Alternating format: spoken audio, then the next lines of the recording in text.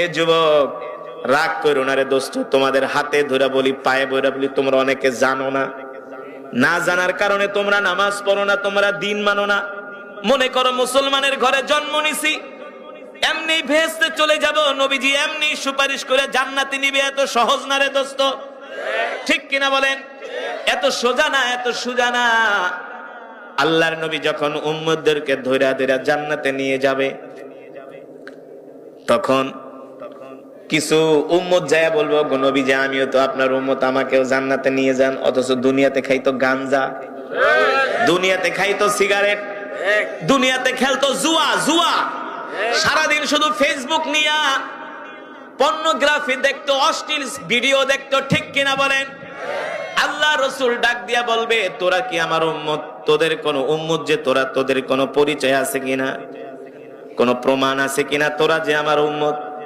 দেখ দেখ, আমার ওই যে উম্মতদের দিকে তাকায় দেখ, একজনের হাত নাই, একজনের পা নাই। আমার সাহাবীদের দিকে তাকায় দেখ, আমার সাহাবীদের কলিজা পর্যন্ত কাফেররা ছিঁড়ে ফেলেছে, ঠিক কিনা বলেন? কোন সাহাবীর হাতের কবজি নাই, কোন সাহাবীর ডান পাও নাই, বাম পা নাই। এই যে দেখ, তাদের চোখগুলো উঠিয়ে ফেলেছে, তাদের আঙ্গুলগুলো কাফেররা কর্তন করেছে। তাদের কোনো দুনিয়াতে অপরাধ ছিল না, তাদের একটাই অপরাধ ছিল, তারা কোরআনের কথা বলতো, ঠিক কিনা বলে? ও মুসলমান, আল্লাহ রাব্বুল আলামিন আল্লাহর হাবিবকে বললেন, হাবিব আপনি এই কোরআন দিয়ে মক্কার জমিনে মক্কার কাফেরদেরকে দাওয়াত দেন। আল্লাহর নবী কোরআনের দাওয়াত দেয়, আবু জেহেল, আবু লাহাবরা কোরআনের তেলাওয়াতে বাধা দেয়, কোরআনের দাওয়াতে বাধা দেয়।